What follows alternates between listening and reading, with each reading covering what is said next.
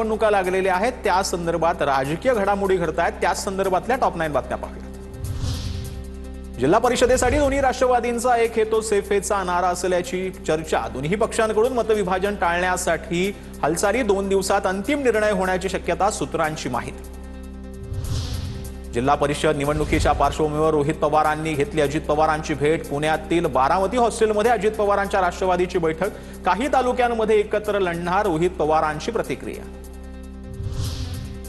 दोन्ही एनसीपी कुठल्या चिन्हावर लढणार याचा निर्णय दादा घेतील, पण चिन्ह एकच असलं पाहिजे। दादांच्या राष्ट्रवादीचे नेते मंत्री दत्तात्रय भरणेंची प्रतिक्रिया।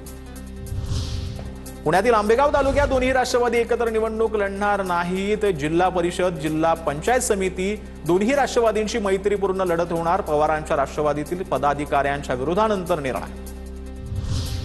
पुण्यात भाजप आणि शिंदेच्या शिवसेनेची जिल्हा परिषद आणि पंचायत समितींसाठी युती। जागा वाटपाबाबत प्राथमिक चर्चा पूर्ण। सध्या स्थितीत ज्या जागा पक्षाकडे त्याच पक्षाला दिला जाणार। उद्या पुन्हा बैठक। पुण्यात युती करण्याचे शिंदेंचे आदेश। समरजित घाडगेंचा भाजपा प्रवेशाची आता औपचारिकता बाकी। मंत्री चंद्रकांत पाटील यांचं वक्तव्य। जिल्हा परिषद निवडणुकीत समरजित घाडगे गटाचे कार्यकर्ते भाजपच्या चिन्हावरच निवडणूक लढणार असल्याचं चंद्रकांत पाटलांकडून स्पष्ट। दरम्यान कोल्हापुरातील महायुतीच्या नेत्यांच्या बैठकीलाही समरजित घाडगेंची उपस्थिती।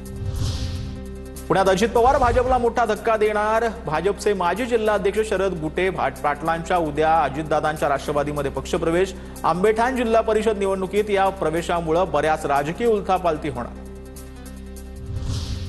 आगामी निवडणुका बॅलेटवर घेण्याची काँग्रेसचे नेते नाना पटोलेंची मागणी। जनतेच्या मतदान प्रक्रियेवरती अविश्वास निर्माण झाल्याचाही आरोप। इतर राज्यांप्रमाणे पंचायत समिती आणि जिल्हा परिषद निवडणुका बॅलेटवर घेण्याची मागणी।